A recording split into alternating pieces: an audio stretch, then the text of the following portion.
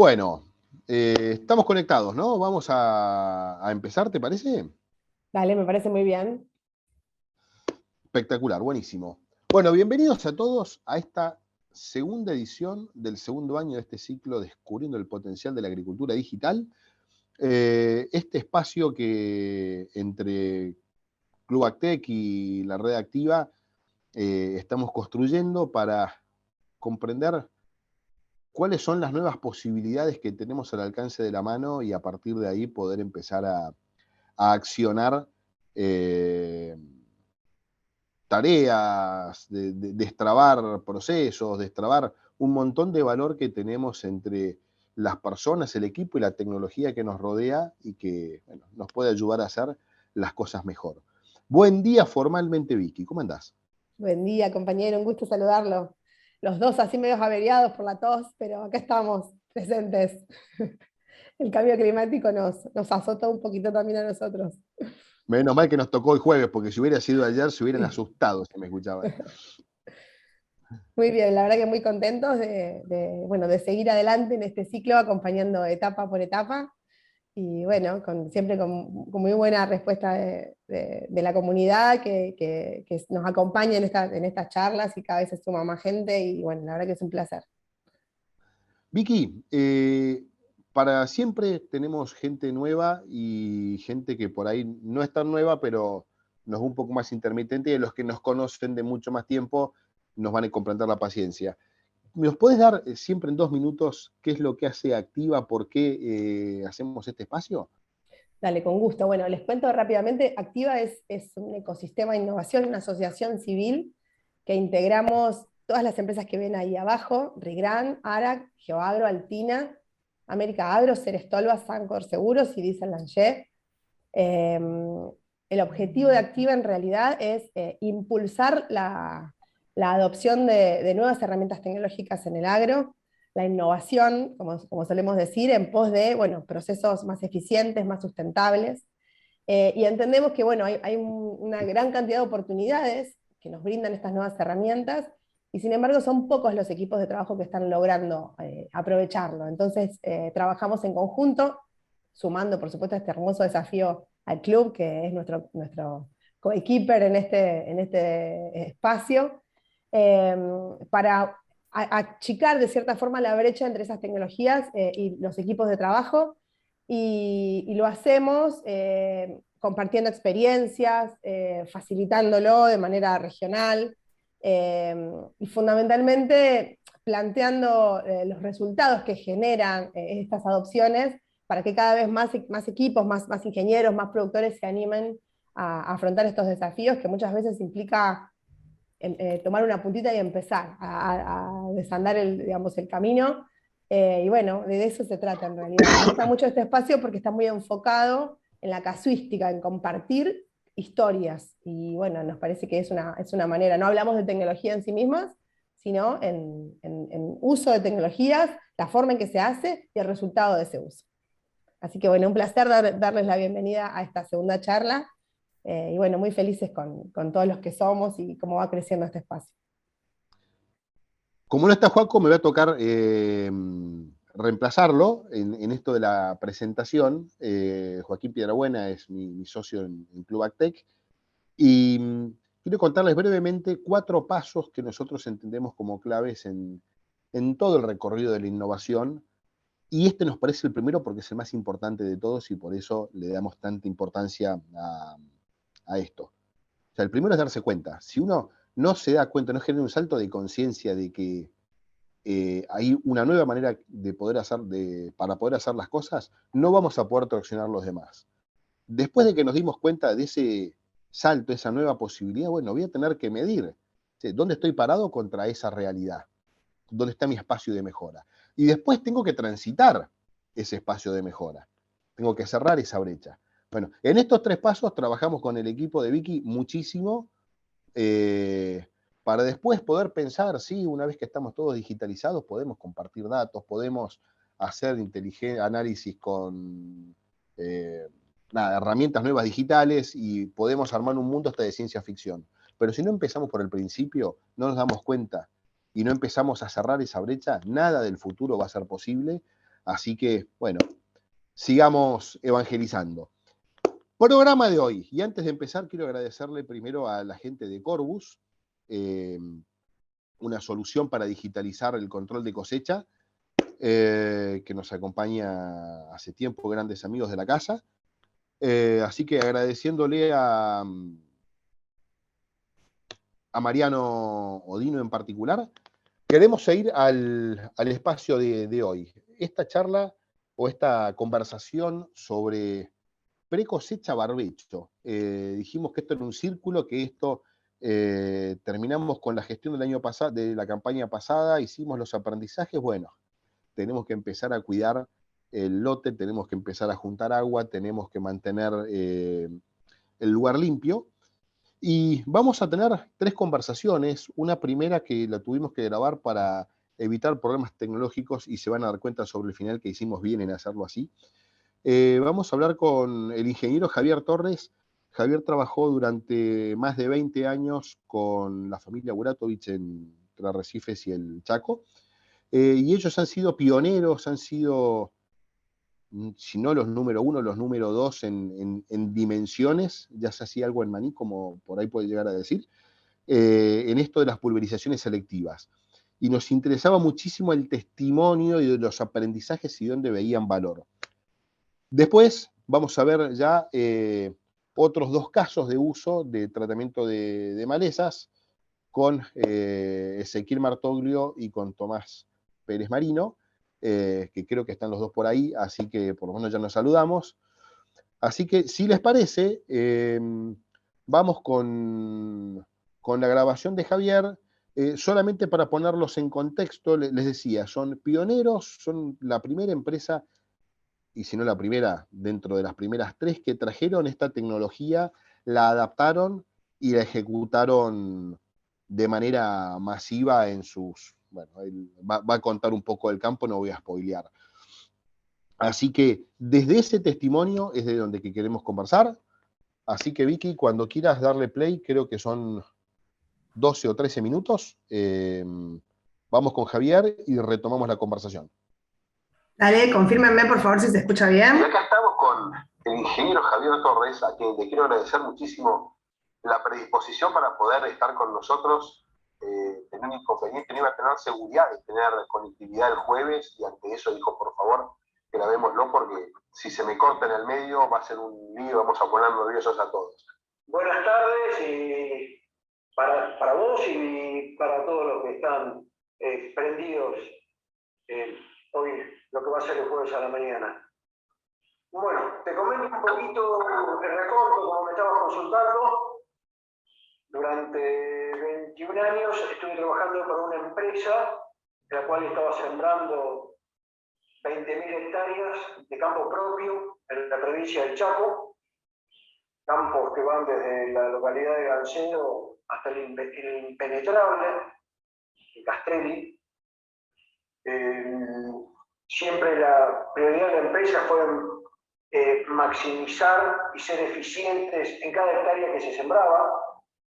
Por ello es que cuando a partir del 2012-2013 empezó a aparecer la problemática de las malezas difíciles, duras o resistentes, se salió a buscar una solución, más que nada por la escala que uno tenía, porque salir a hacer manchoneo o aplicaciones en cobertura total en esa escala se estaba empezando a volver un poco antieconómico, no te daban los tiempos, no te alcanzaban los equipos para hacer toda esa superficie.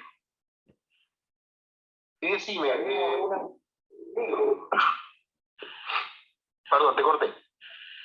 No, te decía que salíamos de una agricultura en la cual uno esperaba que nazca la maleza como para hacer la aplicación y nada más tener que definir si era medio litro más o un litro más de glifosato.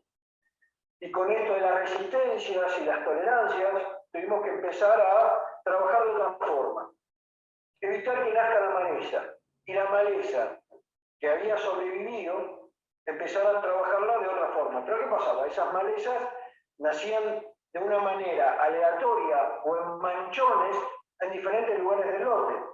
Entonces, salía todo el lote por algunos manchones o que aparecía una, dos, tres malezas, que muchas veces eran las que plantas, eran las que el operario del equipo no la alcanzaba a ver o quizás la menospreciaba por la poca intención, la poca densidad que había, fue lo que nos obligó a salir a buscar este tipo de tecnología. Bien, y esta tecnología fueron pioneros. ¿Les costó mucho regularla? ¿Cómo fue el proceso de la puesta a punto de la tecnología? ¿Fue una cuestión de semanas, meses, años? Y llevó su tiempo, más que nada. ¿Por qué? Porque esta tecnología estaba siendo utilizada en la zona de Córdoba, más que nada en aquellas empresas que hacían maní, y lo tenían instalado en equipos de arrastre con 6 metros de barra, del cual para la superficie era complicado adaptarlo porque íbamos a seguir corriendo atrás del problema. En lugar de estar haciendo la prevención, íbamos a estar teniendo que apagar el incendio. De ese octubre de 2014 a este mayo de 2022. Me gustaría que podamos hacer una evaluación de esta tecnología en tres ámbitos, ¿no? En el ámbito económico, en el ámbito operativo y en el ámbito ambiental. Arranquemos por el económico. ¿Qué evaluación haces? ¿Cómo podríamos ejemplificar el impacto que puede tener esta herramienta en este tipo de campos? Bueno, esta es una herramienta que, vamos a decir que es una herramienta, es un complemento donde uno vamos a quedar bien claro. Esto no es la solución mágica, no es la lámpara de Aladino que comprándote esta herramienta desaparecen las malezas. Es un complemento que uno utiliza para el control de las malezas que se te van escapando de lo que es una aplicación de cobertura total. No salir de la aplicación de la cobertura total, sino que utilizás esta herramienta para ir y controlar esos manchones, esos escapes que generalmente son de las malezas más difíciles de controlar. El impacto desde el punto de vista económico es el ahorro. Ejemplo muy sencillo. Si vos tenés un caldo, ese caldo tiene un costo por hectárea de $30 por hectárea aplicada. Y vos tenés un ahorro de un 70%, significa que tu costo fue del 30% de esa dosis. Estamos hablando que tu costo real por hectárea, una vez que pasó el equipo sobre toda la superficie, fue de $9. Entonces, esos $9 contra los 30, si hubiese pasado sobre el 100% de la superficie, te da un ahorro de $21. Llevarlo a 100 hectáreas y vos ya en un potrero de 100 hectáreas te ahorraste $2.100. Llevar a la escala de cada uno de los productores, eso te va a determinar cuál es tu ahorro en el tratamiento de ese problema puntual. Correcto. Ahí entonces, el cambio de imagen, el concepto para el análisis económico, para adoptar o no, no va a depender del ahorro por hectárea, sino de dos variables, ¿correcto? Sí. Ahorro y cantidad de hectáreas. A partir de ahí voy a tener que ver el repago del equipo. Exacto. El repago, yo te digo, de acuerdo a la superficie que vos tengas, te va a determinar un repago, mucho más rápido. Luego mismo un productor de 5.000, 10.000, 15.000 o 20.000. Pero el repago es seguro, porque si vos ya tenés en una sola aplicación que haces $20, ponele que tengas que pasar 2 o hasta 3 veces este tipo de aplicación antes de llegar a la siembra, y ponele que tengas un ahorro similar, estás hablando casi de $60. En esa hectárea, en esas 100 hectáreas, vos ya tenés $6.000. Llevarlo, multiplicarlo por la superficie y el repago, el retorno que te puede llegar a dar el repago es muy rápido. Te diría casi que va a la misma junto con el equipo. Bien, y el segundo punto, para que te voy a pedir que analices, es el impacto en la productividad. ¿No? Podemos ver la productividad del equipo o podemos ver la productividad del lote. ¿Qué me puedes decir? La productividad del equipo es un equipo que es, te diría que es 100% eficiente desde el punto de vista que puede trabajar las 24 horas, ya que los que trabajan viendo el problema, dónde tiene que abrir la polarización, cómo corto y todo eso, es a través de lectores que leen la inflorescencia de la clorofila, y no importa si es de día, de noche, si es al atardecer o al amanecer, siempre va a trabajar el equipo. Es decir, que tiene diariamente, vos podés, en 24 horas podés llegar a cubrir 700, 800 hectáreas con un equipo.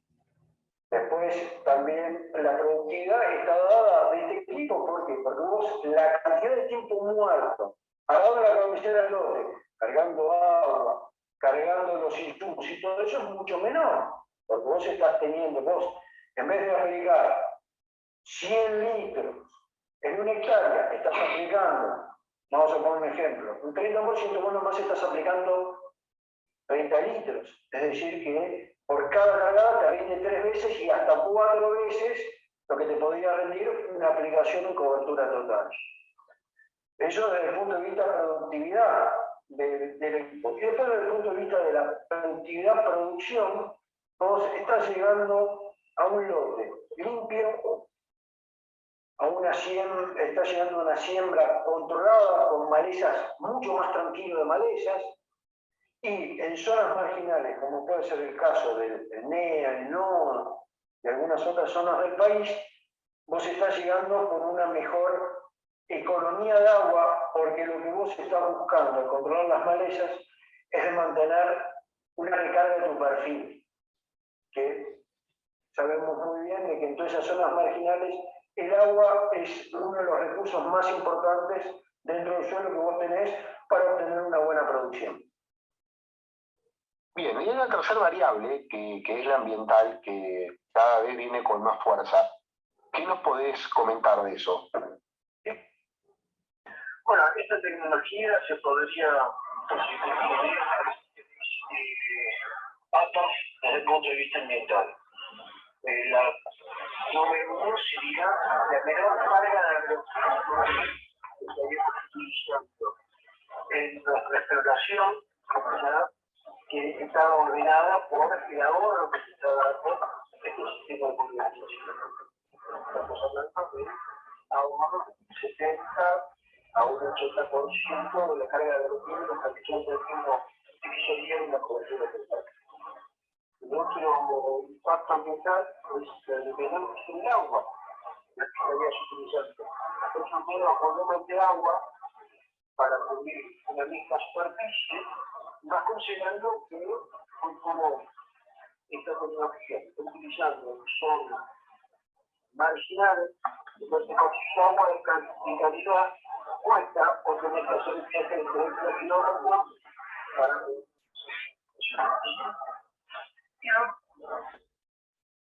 Bueno, ahora, todos estos beneficios que mencionaste tienen sentido, o seguramente tengamos que hacer algo para que eso se exprese.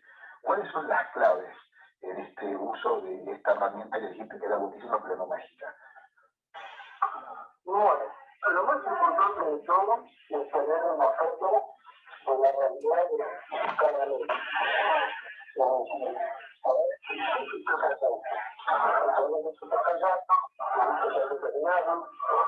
No todos los lotes tienen la misma problemática, no todos los años el volumen que va a expresar la misma problemática. ¿Y qué está fallando?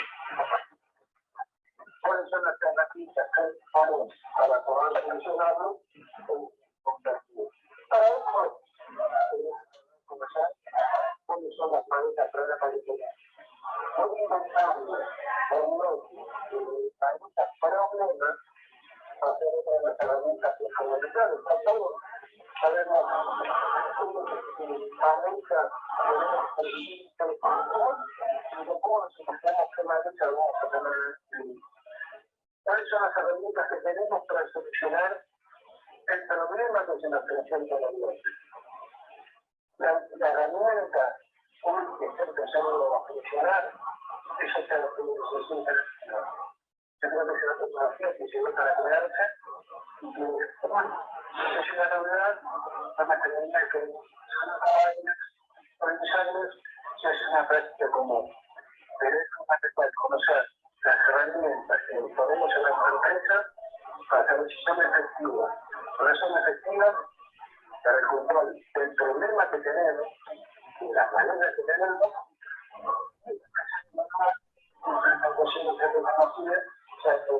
Lo que venimos haciendo está hablando de que está totalmente equivocado.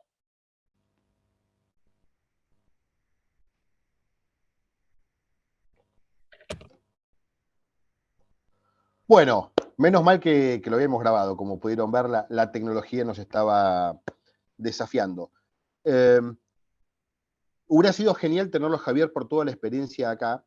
Lo que nos ofreció para todos aquellos que quieran profundizar, o si hay gente que le interese tener un mano a mano con él para sacarse dudas de implementación, estén analizando algo o lo que sea, les pedimos que nos pongan el nombre de ustedes ahí en el chat, porque si hay un grupito, organizamos una reunión con Javier, agendamos y nos tomamos un mate virtual y compartimos experiencias.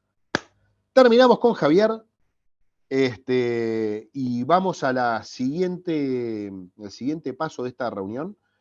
Vamos a conversar con Ezequiel Martoglio, y Ezequiel nos va a poner, bueno, nos va a dar dos alternativas para poder ser más eficientes en este control. Cuando digo ser más eficiente, lo hablo económicamente, para poder usar las herramientas que tenemos para gastar menos químicos y sobre todo gastar menos plata, que me parece que es lo que más les gusta. Ezequiel, ¿estás por ahí? Buen día, Fede, buen día para todos. Bueno, un gusto poder participar de este webinar. Acá estoy. Gaucho, diría un periodista amigo. Decime una cosa, ¿por qué no nos pones primero en contexto de los casos que vamos a ver? Dale. Bueno, como decía, formo parte del departamento de implementación de GeoAgro. Y ahí se puede pasar a la siguiente.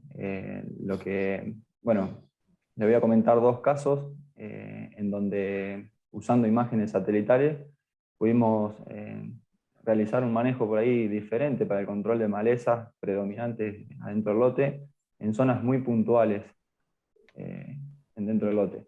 El primer caso que les voy a comentar es el que están viendo ahí en pantalla, de un lote de 125 hectáreas, que está ubicado, bueno, al norte de la ciudad de Ceres, bien al límite con la provincia de Santiago del Estero.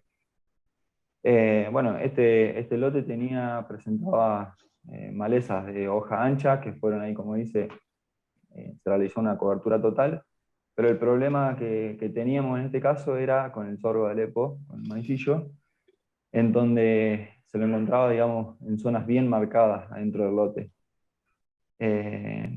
Y acá, bueno, usando imágenes, la imagen en este caso, la del 20 de noviembre, se puede ver bien marcado, digamos, las zonas con mayor índice, en donde, bueno, la presencia por ahí de maicillo era realmente grande, digamos. Y bueno, lo que se hizo en este caso fue usar uno de los reportes que tenemos en la plataforma de Campo 360 para hacer una zonificación de esta imagen, ¿no? Del 20 de noviembre. Esta zonificación de 7 clases lo que genera es una agrupación, píxel por píxel, digamos, una agrupación de los píxeles con similares valores de NDVI, ¿no? Y nos genera, bueno, esta ambientación.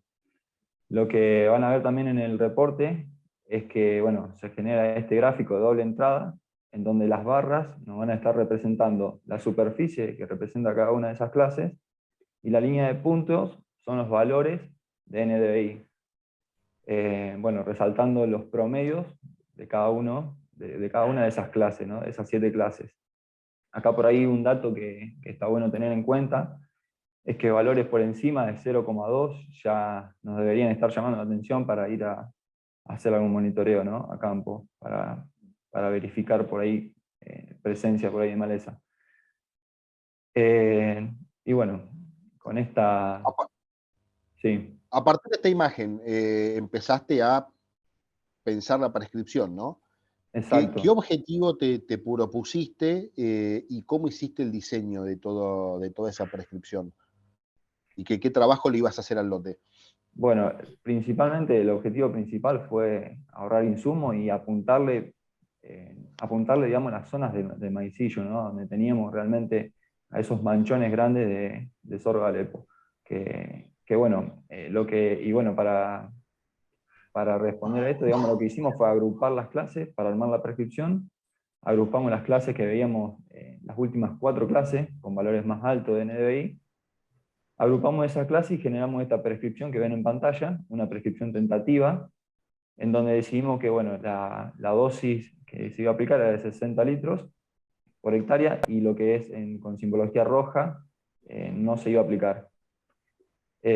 Con esta misma prescripción lo que hicimos fue navegarla a campo, usando la aplicación de Campo 360, en donde recorrimos todo el lote y fuimos descartando por ahí aquellos polígonos en donde nosotros veíamos que no se justificaba aplicar.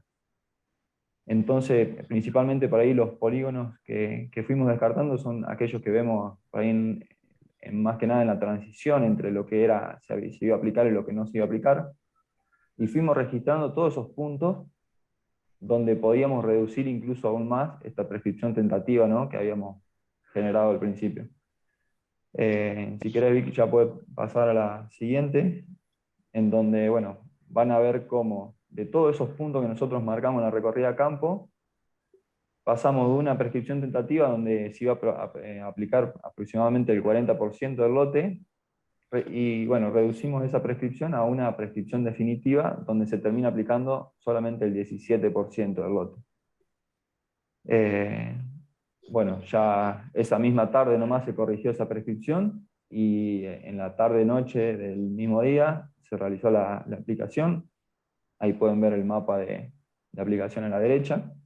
Fíjense en que esto por ahí lo interesante y está bueno que realmente copió todos aquellos polígonos por ahí, incluso chicos de pocas hectáreas, que se está marcando ahí en pantalla. Realmente los copió todo y bueno, hay algunas pasadas por ahí que están de más, digamos, por ahí para terminar de completar el tanque, ¿no? De lo que queda del tanque. Y decime una cosa, esto es el mapa de aplicación. ¿Tenemos Sí. manera de contrastar lo que aplicaste, el mapa previo a la aplicación y cómo quedó el lote a posteriori? Sí, Fede, sí. Tenemos un reporte que nos sirve justamente para eso, para comparar dos imágenes satelitales. Este reporte es el de tasa de cambio y variabilidad y diferencia. Y lo que genera este reporte es la diferencia en píxel por píxel entre una imagen y la siguiente. En este caso nos devuelve un mapa y bueno, lo que nos muestra es, fíjense en que las zonas en rojo nos están indicando una tasa negativa. Cuanto más rojo sea, mayor será la tasa negativa entre esas dos imágenes, ¿no? Y bueno, acá lo que está bueno por ahí resaltar es que justamente en esas áreas donde se marcan con rojo más intenso, son justamente las que realizamos la aplicación. ¿Y cómo, listo, nos quedamos tranquilos que funcionó bien? Para saber Sí. si esto tuvo consecuencias en el rendimiento o no, ¿cómo cruzás esto al final de la campaña? Justamente, bueno, este lote se cosechó la semana pasada y podemos generar el cruce entre lo que fue la prescripción que nosotros usamos para hacer esta aplicación y el mapa de rendimiento final que tuvimos, como decía, la semana pasada. Y lo que veíamos acá es que, bueno, en las zonas donde no se aplicó, no tuvimos una caída del rendimiento, incluso fue mayor. La tonelada, la cantidad el rendimiento, digamos, en esa zona fue de 4,85 toneladas por hectárea. Y en las zonas donde, bueno, se aplicó, tuvimos por ahí una diferencia de casi 300 kilos, donde el rendimiento fue de 4,57 toneladas por hectárea. Pero bueno, esto por ahí hay que tener en cuenta también la superficie que estamos comparando. Y yo creo que lo importante de acá destacar es la primera cuestión, digamos, es que en la zona donde no aplicamos no tuvimos pérdidas de rendimiento. Y hubo un efecto, sí, de ese maicillo que vimos en la zona aplicada, ¿no? Se planteó, y les cuento a todos, y me gustaría que lo cuentes vos un poquito, cuando estábamos mirando estos casos en la previa, Sí. sobre estas imágenes se nos dispararon un montón de preguntas, ¿no? Si habíamos trabajado bien, habíamos trabajado mal, habíamos perdido agua, ¿no? ¿Qué preguntas nos podemos hacer y cómo podríamos responderlas cuando empezamos a tener todas estas fuentes de información? Bueno, yo creo que por ahí lo principal es el ahorro por ahí, el ahorro que estamos teniendo, no solamente tanto económico, sino que en producto. Y bueno, como, como decís, creo que lo más importante por ahí de destacar es eso, digamos, que no tuvimos pérdidas en el rendimiento, digamos, en esas zonas donde no aplicamos. Y por ahí también para ver, tenemos acá los mapas por ahí de productividad y de rinde, ¿no? De la campaña pasada, donde vemos también que esos manchones por ahí se siguen repitiendo eh, a lo largo por ahí de las campañas, ¿no? Eh, Claro, perdón, como que sí, estas zonas del lote, quizá un menor rendimiento responde a otras cuestiones ambientales, porque es algo que se va exacto. repitiendo en mapas de rendimiento anteriores e incluso en mapas de productividad, digamos. Sí, Pero sí. también las zonas a donde se sostienen las zonas a donde históricamente rinde mejor, y a pesar de ese manejo de herbicida, ese modelo como que se replica también en este mapa, entonces lo cual te da la pauta de que el control fue efectivo y no afectó al lote, digamos, Exacto, sí, sí. no Y afectó al también, rinde. bueno, sí, tal cual. No, lo que está bueno es cómo se pueden responder esas preguntas teniendo la información, cómo fluye la conversación y cómo uno se saca las dudas directamente. Ya no quedan dudas ni supuestos ni quién grita, quién tiene voz más alta para defender una posición. Y yendo a esto, y volviendo ya a la práctica puntual, Daniel me dice, Fede, está todo esto muy lindo, pero si no me pones el signo pesos o algún signo donde yo lo pueda medir, no va a servir. Un caso como este, ¿qué representó en términos económicos?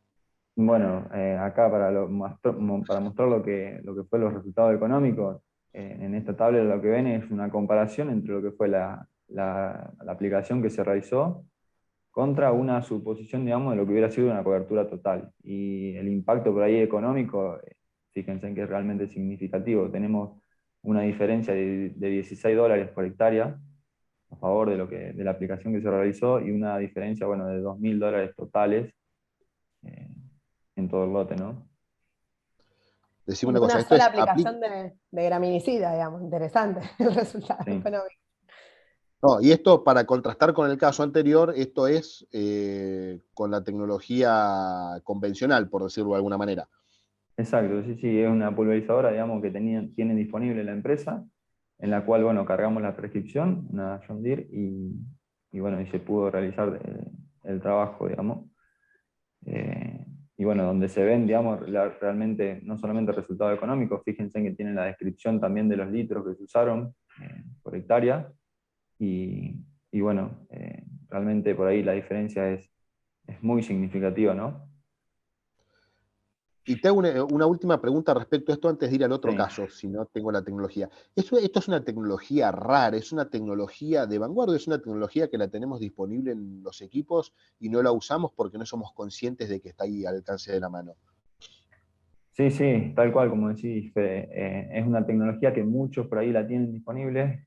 En este caso, a ver, hay veces que se puede utilizar y a veces que las situaciones o las condiciones por ahí no te permiten realizar este tipo, ¿no?, de manejo. Pero estos casos nos están mostrando que hay realmente situaciones que sí te lo permiten y hay momentos también que te lo permiten y bueno, está la tecnología, la podemos hacer y por ahí hay veces que no se usa por ahí eh, simplemente por ahí porque no se conoce, por ahí como decís vos. Y bueno, está bueno por ahí prestar Bien, un poco de atención a eso también. ¿Cuánta plata dijiste que era por hectárea o en un lote de, no me acuerdo cuántas hectáreas era este? De 125 hectáreas, bueno, el ahorro fue de $16 por hectárea y un total de $2.000. En un lote, en una pasada. Ok. Sí, Tomen exacto. nota, Esto es con una multipliquemos eso sola. por 2 o 3 pasadas. Buenísimo. Y si no tengo esta tecnología, no tengo la que había dicho Javier, no tengo la que acabas de mencionar vos, ¿qué puedo hacer? ¿Se me agota y estoy condenado a no poder hacer nada o no? No, Fede, bueno, hay alternativas, hay otras alternativas y este es el otro caso en que fue llevado a cabo por el ingeniero Sebastián Lanfranco. Y en este caso es el caso de un lote en la provincia de Buenos Aires, en donde no se disponía de esta herramienta, de este tipo de pulverizadoras variables, que permiten una prescripción. Y bueno, en este caso fue exactamente el mismo procedimiento que el caso anterior, usando imágenes satelitales, zonificando esa imagen para esa fecha y realizando una prescripción. Pero bueno, como dijimos, en este caso la problemática era con raygrass, y fíjense en que bueno, en el lote se marcan los manchones en la parte inferior de las imágenes, se marcan los manchones bien, bien marcados de raygrass, con altos índices, ¿no? Y lo que se realizó en este caso fue variar entre 350 centímetros cúbicos por hectárea, en las zonas donde el índice era mucho menor, y 500 centímetros cúbicos por hectárea en las zonas con mayor índice, ¿no? Con, con alto índice. Y bueno, no se contaba con una pulverizadora que permita hacer la variable, lo que se hizo fue descargar esta misma prescripción y navegarla y bajársela, digamos, en la aplicación del operario, y que él mismo, digamos, vaya recorriendo todo el lote con esa prescripción y variando manualmente de 350 centímetros cúbicos a 500 centímetros cúbicos por hectárea, en las zonas que correspondía a cada dosis, ¿no? ¿Y eso fue efectivo? ¿Qué resultados dio? Porque me lo contás en teoría y hasta a veces me da miedo que se quede dormido, que se distraiga con la música. Sí. Bueno, ahí el operario por ahí juega un rol muy importante, ¿no? En este caso, pero como podemos ver con las imágenes, se, se hizo también, no sé, acá no se muestra la tasa de cambio, pero simplemente se pueden ver cómo esos manchones que veíamos en la imagen del 25 del 6, cómo fue disminuyendo hasta el 27 del 7, donde prácticamente el índice disminuye considerablemente, digamos, desaparecen esos manchones de maleza que habíamos visto en la imagen del 25 del 6. Y yendo a números con este caso, ¿cómo le fue? Bueno, también para mostrar por ahí lo que fue el análisis económico, este caso por ahí no tuvo quizás un impacto tan grande como el caso anterior, pero fíjense en que hubo un ahorro importante también, un ahorro de $737 en total, y de $2,54 por hectárea, teniendo en cuenta que no se disponía por ahí de una pulverizadora variable, y donde se usó solamente el celular, la aplicación y la prescripción. Yo creo que es interesante, ¿no? Y A ver, agrego ese que en este caso se aplicó todo el lote. Lo que se varió Exacto. fue el volumen. Entonces, hay algunos productores que no se animan a no aplicar. Bueno, también se puede pensar en aplicar todo el lote, pero con mayor eficiencia, ¿no? El Tal resultado cual. siempre impacta. vimos la automatización total, vimos una prescripción donde intervienen los agrónomos y vimos la manualidad con el maquinista. Hay para todos los gustos. Lo que tienen que ver es que, o lo que queremos mostrar es que se puede trabajar con lo que tengamos. Hay que Tal adaptar cual. las herramientas a las situaciones y en todo esto hay plata, hay ambiente, hay recursos que cuidar. Es como, Ezequiel, espectacular, mil gracias. No sé si te queda un comentario. Después voy a hacer una vueltita con Tomás y con vos para hacer un catch-up final, si te parece. Buenísimo. Dale, Fede. Gracias. Yo solamente agregar que en los dos casos de Ezequiel, donde no hay tecnología de detección, digamos, en el momento in situ, como las imágenes satelitales funcionan como un gran punto de partida, ¿no? Para la detección de malezas. En el caso del ryegrass lo veíamos en una imagen de color real, digamos, de true color, cómo se veía ese verdor desde una imagen sacada a tantos metros de distancia, a tantos Sí, y en el kilómetros. otro, en el automático, para validar también es fundamental, después los Claro, monitores de rendimiento para chequear que estés haciendo las cosas bien. tal cual. Tal cual. Sí. Seguimos dándole continuidad, quédate por ahí que volvemos para el Dale, cierre. dale, Fede. Y hay algunas preguntas Y, también que y después va- te trasladamos. Dale.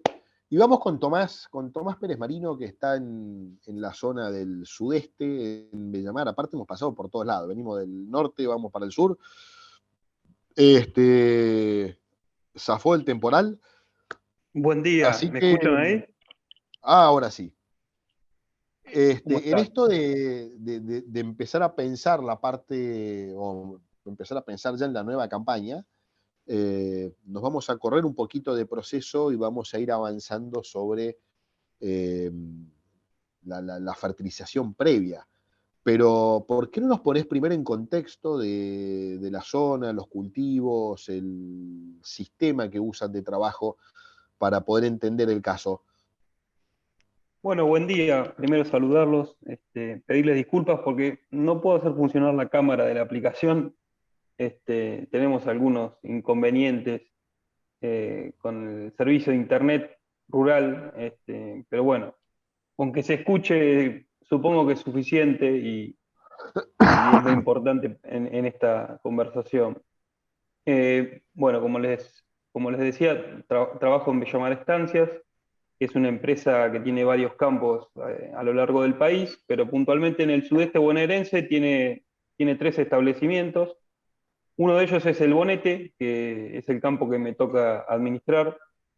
Es un campo que tiene 6.500 hectáreas, de las que 4.000 son agrícolas y otras 2.000 son ganaderas. Por ahí la empresa tiene mucha mayor tradición en la ganadería por sus cabañas de reproductores que tienen muchísimos años y mucha trayectoria, pero en realidad también la empresa tiene una dedicación muy grande a la agricultura.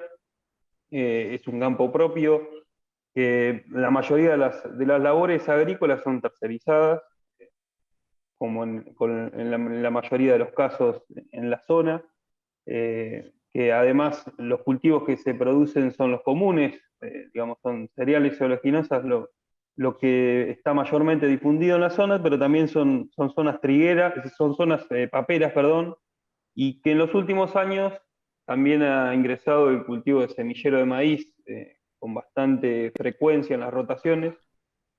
Esos por ahí son los cultivos más comunes. Y desde el año 2018 que arrancamos un proyecto de implementación en conjunto con la empresa GeoAgro, que es nuestro soporte para la implementación de tecnología en la agricultura principalmente. También la ganadería de a poco va sumando experiencia, pero el fuerte es la aplicación de la tecnología en la agricultura. Y bueno, esta charla ronda un poco en torno a eso. Sí, decime, Fede. No sé si en algún momento te perdí. ¿Cuántos años hace que están trabajando con estos manejos variables en el Bonete de Eh, Bellamar? ya llevamos desde el 2018 hasta la fecha, octubre del 2018 hasta hoy, y cada vez, digamos, arrancamos con todos los campos de la empresa. Después por ahí los campos del norte siguieron. El pilar de la relación con GeoAgro son reuniones quincenales con la implementadora, que es Daniela Raimundo, y con nuestro soporte local, que es Gustavo Teruggi y su equipo, que están en Lobería, que es por ahí a quien más cerca tengo y con quien más intercambio. Eh, y bueno, ya llevo unos cuantos años, esto ha ido incrementando el flujo de información, las tecnologías adoptadas. Primero arrancamos con cosas básicas, como por ahí explicaron en las charlas. En la charla anterior hubo un caso de aplicación, por ejemplo, utilizando solamente la app 360, recorriendo el lote con una imagen satelital y con una máquina estándar, y eso es un caso de aplicación variable de insumos que no requiere más que meterle cabeza. Y después, bueno, eso es como un ejemplo básico, y después fuimos incorporando, por ejemplo, la siembra variable con tecnologías cada vez más precisas, corte por sección, mapas o prescripciones de siembra con varias densidades. Eso ya también es más con intercambio con los semilleros que nos proveen esa información y son los que conocen los híbridos, por ejemplo, en el caso del maíz o del girasol, que son los cultivos más frecuentemente sembrados con variables. Te escucho el proceso de adopción, Tomás, y mi socio Joaquín, que es un flaco de procesos, se volvería loco, porque primero arrancaron a aprender, a formar el equipo, a medir, y de ahí en adelante veo que fueron incorporando tecnología y fueron una tecnología cada vez más compleja, pero a partir de empezar a trabajar, medir y aprender. Me parece espectacular el recorrido. Y ahora, Sí, yendo sí. al foco, continuando la conversación, eh, empezás a ambientar, ¿no? Ambientando, vas a ir metiendo la tecnología. En este proceso por ahí central, ¿cómo, en qué se basan para hacer ambientaciones? ¿Cuáles son los criterios que utilizan para reconocerlos o para diferenciarlos? En sí, ahí figura en esa diapositiva el puntapié inicial, que son los mapas de productividad, que es la herramienta más representativa, más significativa de la ambientación y lo que nos ha simplificado mucho el laburo de ambientación, que en sí es utilizar mapas,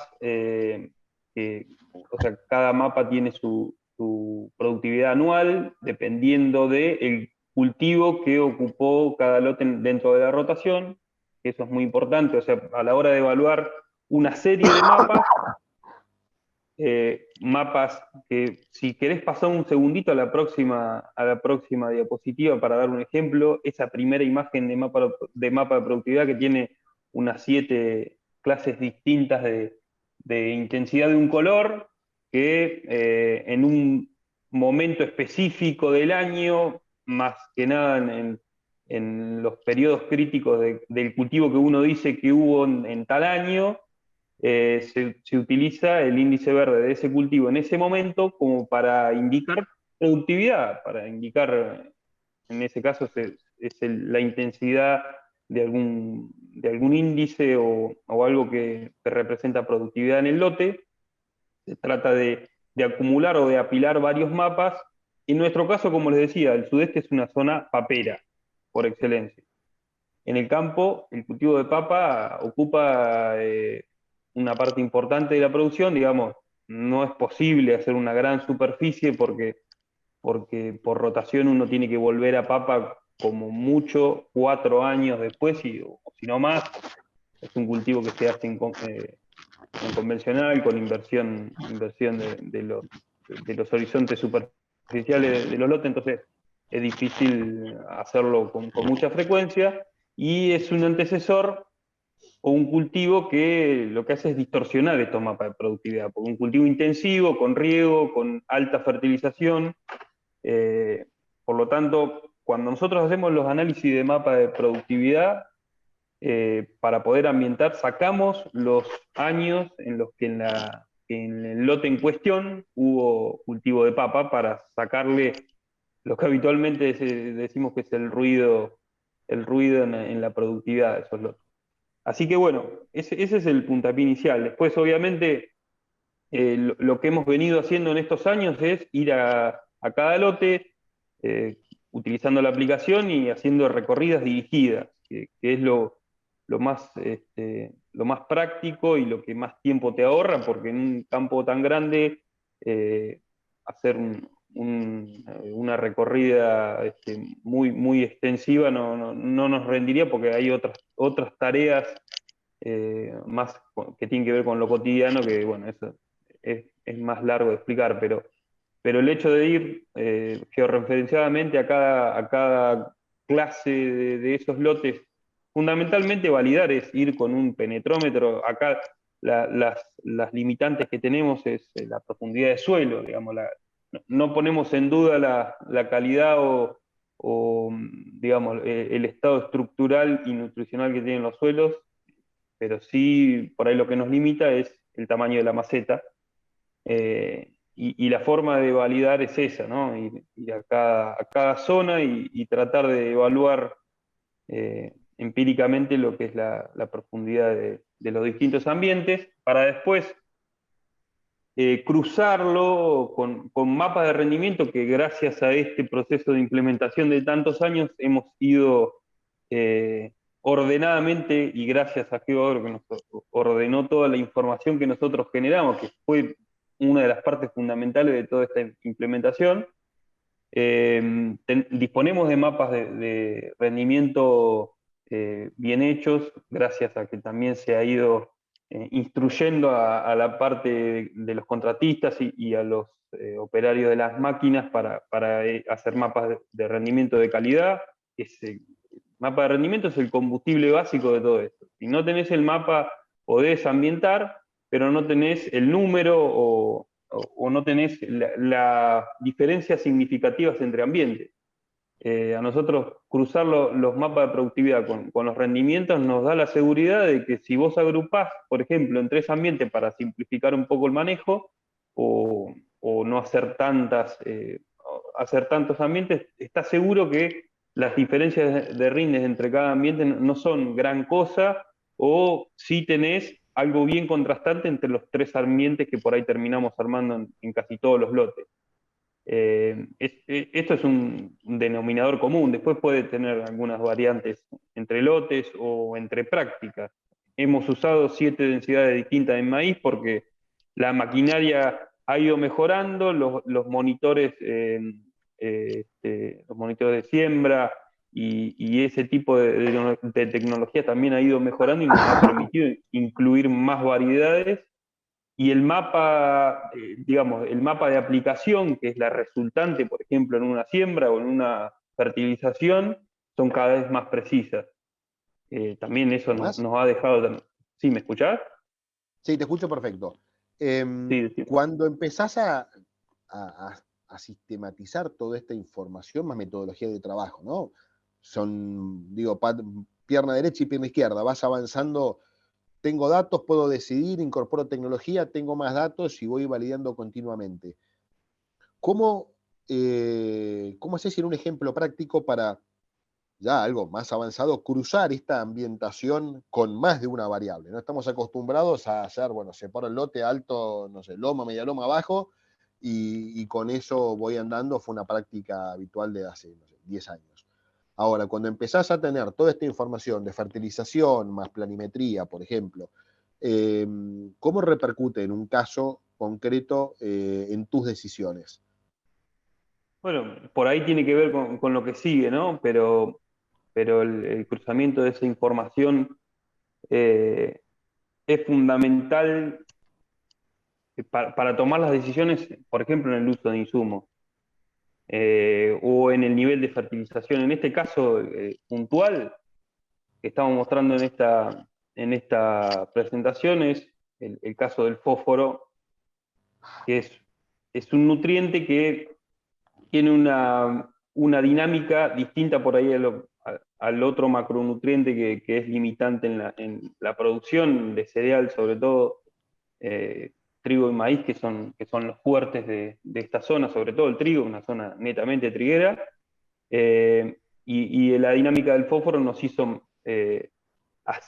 hizo cambiar este tema de los ambientes y el muestreo por ambientes, porque estábamos muestreando, como vemos ahí, en 3 zonas, y por ahí la diferencia que teníamos en los resultados de los análisis de contenido de fósforo, en nitrógeno seguía o tenía una línea parecida a los límites entre los ambientes o los potenciales de rendimiento entre los ambientes, pero cuando íbamos al caso del fósforo teníamos una ensalada bastante grande, y dosificar fósforo se estaba convirtiendo en algo más parecido a un guitarreo o algo que no era lo real, y optamos por hacer algo extremo, que es el muestreo en grilla, que ahí figura que en realidad es algo que estamos probando, que no lo estamos haciendo masivamente, porque imagínense que hacer una muestra por hectárea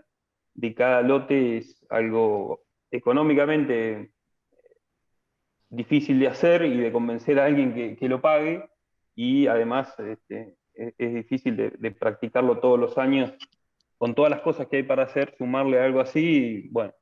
Pero sí lo hicimos como para ver en lotes puntuales donde el historial de cada lote en cuanto a cultivos antecesores era distinto o tenía un patrón llamativo. En el caso de este lote que estamos viendo, es un lote que no tuvo cultivo de papa, pero sí tuvo cultivo de semillero de maíz, que que es parecido a lo que es el cultivo de papa en cuanto al riego y a la aplicación de insumos, y al nivel de fósforo que te puede dejar en el suelo. Entonces, hicimos este muestreo en grilla para tratar de luego de interpolar esos resultados, formar ambientes de fósforo y poder contrastarlos con los ambientes productivos que surgían del mapa de productividad. ¿Y cómo sintetizaste toda esa info para poder después decidir y llevarlo al plano de la acción? ¿Cómo lo agrupamos, decís? Claro, Esa es la pata de laburo que estamos haciendo con el INTA, que ellos son los primeros los impulsores de toda esta práctica para tratar de zonificar el fósforo, pero además corrieron todos esos resultados en un programa estadístico para poder hacerlo sin hacerlo a ojo, hacerlo bien con los números y con algo representativo, digamos, hacer un ambiente que realmente representa el contenido de fósforo que tiene el suelo. Pero lo que estábamos buscando fundamentalmente era establecer zonas donde el contenido de fósforo esté por arriba del umbral de suficiencia de fósforo para los cereales, que es para trigo y maíz, un umbral de 18 partes por millón de fósforo. Que en promedio los suelos de esta zona siempre están por ese umbral de suficiencia, por lo tanto siempre tendrían respuesta a la aplicación de fósforo. ¿Por qué queríamos tratar de ubicar esas zonas con contenido de fósforo por encima del umbral? Porque queríamos no ponerle no limitar el techo de rendimiento de las zonas de alta productividad, pero tampoco penalizar las zonas de por ahí más baja productividad, que en los cultivos de fina en esta zona no son pisos, como pueden ver ahí, estamos hablando de rendimiento objetivo de 8.000 kilos para la zona de ambiente de alta productividad y alrededor de los 6.000 en las zonas de menor productividad. Por lo tanto son rindes altos, obviamente son rindes potenciales que nosotros sacamos de los mapas de rendimiento anteriores que tenemos de las campañas anteriores. O sea, tenemos seguridad, no es algo puesto al azar, para las variedades que nosotros usamos, sembradas en fechas determinadas. Digamos, este lote que estamos poniendo acá es un lote que vamos a sembrar este año, con esa prescripción que estamos viendo ahí, y en esa prescripción, obviamente esos cuadraditos que hay ahí son ensayos que nosotros pusimos para evaluar y seguir evaluando y generando información para ver si estas prácticas son realmente como nosotros las pensamos en su resultado, o estamos penalizando alguno de los ambientes, que es por ahí lo que uno más le preocupa.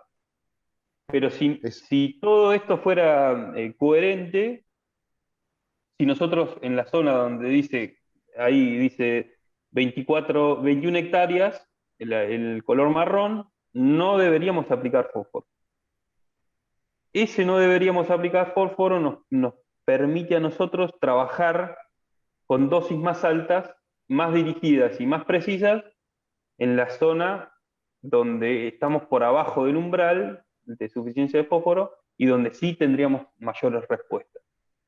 Este es un caso en particular donde no tenemos el antecesor papa, pero lo hemos practicado y lo hemos llevado adelante en campañas anteriores, en lotes en los que sí hubo antecesor papa, y que además las zonas donde hicimos papa se han ido corriendo dentro de los lotes, porque la mayoría de los lotes son lotes cuadrados o rectangulares y de superficies cercanas a las 100 hectáreas.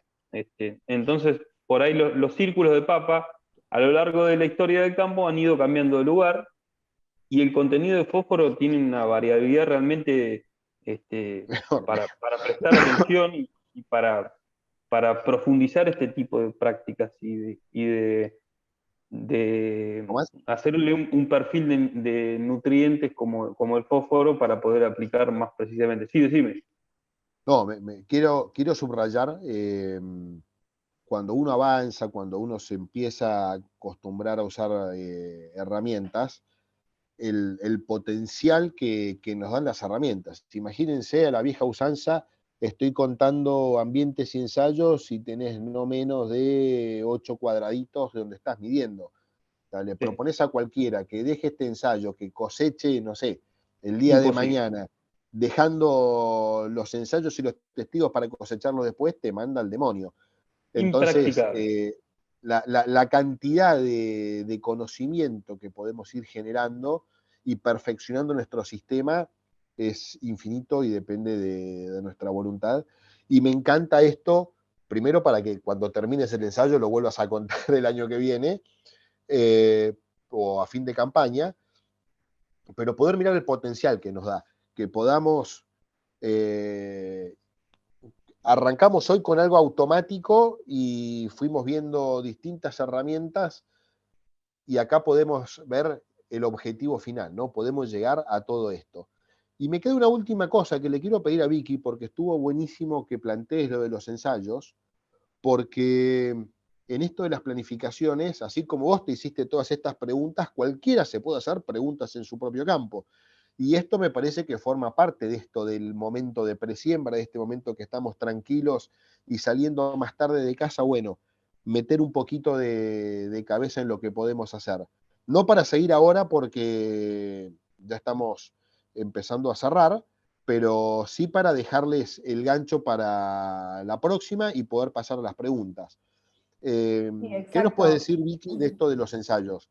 En realidad simplemente proponerles, no nos centraba en la charla de hoy, pero bueno, ese ejemplo que estaba dando Tomás nos parece muy interesante, y esta cosa de plantear que es un buen momento para pensar en ensayo. Está terminando la cosecha, estamos planificando la campaña que viene, y hoy en día las tecnologías también nos permiten ajustar esta manera de ensayar cosas en el lote.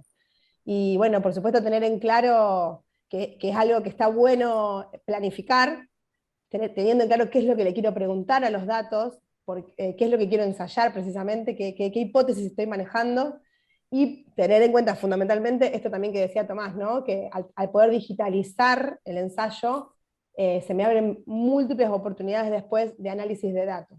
Entonces, estos son como los primeros tips. En la charla que viene, que va a ser el 16 de junio, vamos a abordar mucho más en profundidad algunas recomendaciones. Obviamente, bueno, cada ingeniero tiene sus preferencias respecto de cómo plantear ensayos, pero nosotros, que nuestra comunidad digamos, está avanzando mucho en explorar distintos manejos en los lotes, vamos a compartir algunas tendencias que estamos viendo y que nos parece que vale la pena. Lo que sí o sí hay que tener en cuenta, como cuando decimos, bueno, tips para un buen mapa de cosecha, hay que tener certeza de que la memoria tiene espacio para poder grabar. Bueno, acá, punto de partida, sí o sí hay que digitalizar el ensayo, porque si no lo digitalizamos no sabemos bien a dónde está, no lo podemos cruzar después contra otras cosas. O sea, las cosas que son, los tips que son fundamentales e imprescindibles, y después algunas líneas de trabajo que nos pueden ayudar a obtener buenas ideas o nuevas visiones de lo que están haciendo los usuarios. Yo de todos modos, Fede, esto me parece que está bueno, hay varios ejemplos y lo vamos a abordar en la próxima charla. Quiero destacar Par del de caso de kilómetros. Tomás, qué interesante el cruce de información de distintas fuentes, digamos, cómo ellos analizan el mismo espacio geográfico superponiendo capas y tomando opciones, bueno, también con el asesoramiento del INTA. Me parece que se ponen en juego tantas fuentes de información que están haciendo una agricultura muy avanzada y cómo se van generando cada vez más, lo que decimos siempre, ¿no? Más desafíos para los equipos técnicos, para los ingenieros. Cuando tenemos datos, podemos conversar. Cuando no tenemos datos, cruzamos opiniones. Y en las opiniones se impone el que grita. En los datos se impone la evidencia. Con lo cual surgen preguntas y nos cambia el rol. En vez de responder con lo que sabíamos de antes o con lo que creemos que sabemos, que preguntamos. Y eso me parece clave. Vicky, tenemos que Absolutamente. empezar a cerrar. Estamos pasados 8 minutos de Sí. programa, pero me parece que valía la pena. ¿Alguna pregunta que vi que estaba en el chat para los chicos? Dale, vamos a trasladar por lo menos una pregunta para cada uno, si les Dale. parece. Bueno, para ese, si estás por ahí, Sí, sí, Vic. acá ese te preguntan, bueno, si el caso que nos mostraste de detección de malezas era con Sentinel, Sí. y cómo es, digamos, si se transita todo el lote, o sea, se evalúa en la recorrida todo el lote, pero se aplica solamente la validación. No sé si ahí se refiere a la validación, la pregunta, Sebastián, o a la aplicación, precisamente, el momento de aplicar. Sí, yo creo que se refiere Se al momento refiere de a ese. aplicar. Bien, Eh, a la aplicación. Ahí nos contesta sí, Sebastián. bueno, sí, para responder la primera pregunta, sí, se usó el satélite Sentinel-2, que tiene bueno, una resolución, ahí también preguntaba, de 10 metros. Y con respecto a la otra pregunta, sí, el operario teniendo la prescripción, digamos, prácticamente que se fue a esa zona donde él veía que, que se tenía que aplicar, digamos, que la prescripción marcaba que se tenía que aplicar. No recorrió, digamos, todo el lote, pero sí los cortes los va haciendo automático, digamos, ¿no? Bien, excelente, muy bien. Bueno, gracias, ese. Bueno, y acá hay varias preguntas Nada. también para Tomás. Nos preguntan, con la rotación de papa, ¿levantaron el nivel de fósforo? ¿Y cómo determinan las dosis de fertilizante MAP? Sí, como decía, el cultivo de papa es un cultivo intensivo y con una alta inversión en lo que hace a costos por hectárea, lo que conlleva a un mayor riesgo y tratar siempre de estar a tope con la utilización sobre todo de fertilizantes y del riego suplementario. El fósforo, el nivel de fósforo que deja la papa de un año para el otro es, si en la zona tenemos valores promedio entre 10 y 15 partes por millón de fósforo, un año después de la papa vas a tener no menos de 30 partes por millón.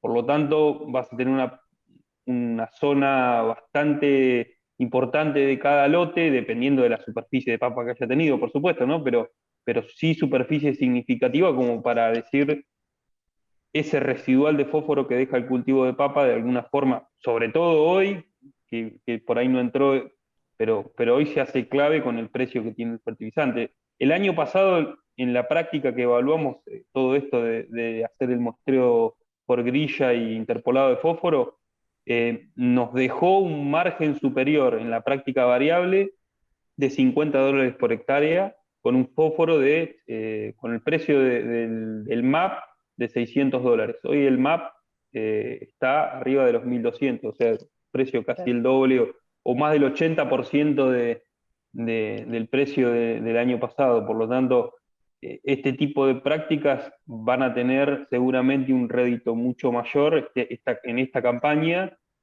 Por supuesto que el precio de lo que nosotros vendemos también aumentó, pero esos son los niveles que deja la papa, y no solamente al año siguiente, sino que en los años sucesivos, por la dinámica que tiene el fósforo, que más que pérdidas por lavado, como puede tener el nitrógeno y el azufre, se fija el suelo, se fija dependiendo del porcentaje de arcilla que tiene el suelo, del pH y de un montón de otras cosas, que eso tenía una charla eterna, pero sí tiene una dinámica muy distinta a los otros nutrientes.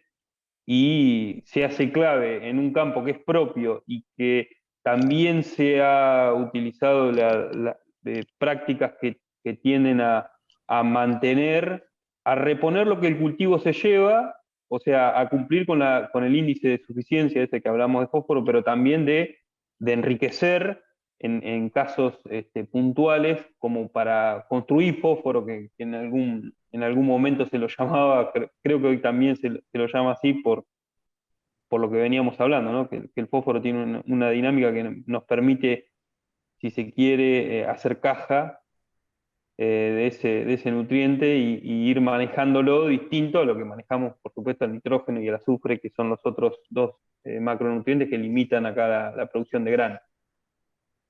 Muy interesante. Bueno, de hecho, te vamos a comprometer con el planteo que hiciste productivo, ahí va de fertilización, te vamos a comprometer después a compartir resultados, tanto productivos como económicos, porque Sí, el sí, precio de los insumos, ni por hablar. supuesto. Es algo por ahí que nos desvela el tema de ver márgenes, de lo que vos hablaste, de cómo plantear los ensayos.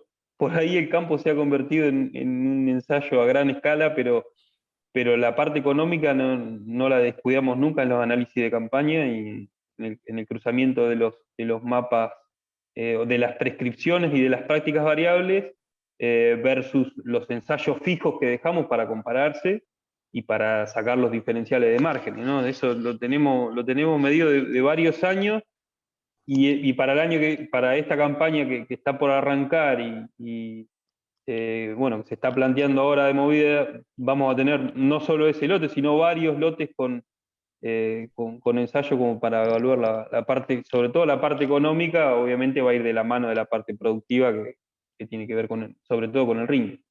Claro, tal cual. Bueno, gracias, Tomás. Bueno, la verdad que fue una mañana súper interesante. Agradecerles muy especialmente a nuestros tres invitados. Javier no puede escucharnos, pero sí despertó mucho interés lo que planteó, porque hay varios que se anotaron ahí en esta posibilidad de pimponear con él en otro momento, así que los vamos a ir convocando a todos los que nos dejaron el correo para una charla directamente con Javier. Gracias, Ezequiel, estuviste muy claro, y lo mismo, Tomás. La verdad que este espacio cada vez se enriquece más. Gracias a ustedes, en verdad. No sé qué te pareció a vos, Fede. Me encantó, a mí me encantó la secuencia. Yo le pediría acá en Twitter, porque ya no queremos abusar del tiempo de ustedes, tanto a Ezequiel como a Tomás en ese orden, si pueden decir un tweet de una conclusión de la mañana. Bueno, yo por ahí para cerrar coincido en lo que decía vos, Fede, de que esto es un ciclo y ahí tenemos distintas etapas. Hoy solamente mostramos por ahí el ahorro que se puede generar en una prescripción de una de las etapas, pero tenemos muchas etapas, ¿no?, en las que podemos intervenir, generar ahorros y ser mucho más eficientes, ¿no? Y bueno, para cerrar con la frase, que quizás ya está bastante instalada, pero yo creo que lo que no se mide no se conoce, y lo que no se conoce no se mejora. Me parece que eso eh, es la Es frase un por tuit que ahí. nos encanta, ese. Sí, sí, sí. Tomás. Sí, también podría ser dato mata relato, Exacto. en este caso aplicaría perfectamente, me parece. Otro gran tuit. Vamos a escribir una síntesis en algún El, momento de las mejores el frases decálogo de la este frase. ciclo, tal cual. Vicky, para cerrar este capítulo, y ya vamos al cómo venimos. Conclusión de la mañana. Bueno, nada, un poco ya fui metiendo mis comentarios. Valoro enormemente cómo estos casos muestran tecnologías puestas en valor y potenciadas por el conocimiento agronómico de las personas. Digamos, creemos que el desafío pasa 100% por ahí. Ese mapa tentativo de prescripción que después se achica a la mitad de superficie con una recorrida dirigida a campo que le llevó 1 hora, por lo que contó Ezequiel, me parece brillante. Y bueno, ni hablar de esa prescripción que combina información de un muestreo con grilla cruzada por ambientes históricos generada a partir de un mapa índice verde. La verdad que estoy fascinada, me asombra lo que están logrando hacer, los felicito profundamente. Y creo que, bueno, que nos van corriendo cada vez más el horizonte de lo posible, y espero que genere esto que nos gusta decir del salto de conciencia, de tener la intención de ir incorporando esto a nuestras dinámicas cotidianas, ¿no?, de trabajo. Yo, para completar la frase de Ezequiel, Joaquín tiene una variante que dice que lo que no se mide no se mejora y lo que no se mejora se degenera. Lo que vimos es que tenemos para todos los gustos y todas las posibilidades, y eso me encantó de la mañana. Tenemos el que quiere automatizar, tenemos el que quiere meterle con la automatización mucha ingeniería, algo mucho más sofisticado, o el que va metiéndole muñeca al lote porque tiene menos escala y no puede avanzar. El tema es que de esto hay para todos. El tema es un tema de actitud, de querer hacer las cosas mejor, y lo otro es que hay un montón de redes de contención para avanzar. ¿Cómo nos vemos de vuelta, Vicky? Próximo encuentro, jueves 16 de junio, vamos a hablar de refertilización de FINA, y bueno, vamos a poner también mucho foco en esto que les dije de los ensayos, que bueno, recibimos varios comentarios de gente que ya nos avisa que se anota. Así que Perfecto. vamos a abordar eso. Bueno, hemos recuperado, porque 3 minutos nos pasamos del objetivo, así que muchísimas gracias a todos. Buen mes, los que están terminando de cosechar, que sea con éxito, y nos vemos el 16 de junio. Eso, gracias a los 3 invitados en especial. Fede, un placer como siempre, y hasta Muchas la gracias. próxima. Muchas gracias Gracias, a todos. Ezequiel, gracias, Tomás. Muchas Un gracias, abrazo. Fede, Nos Vic. estamos Chau, viendo. chau.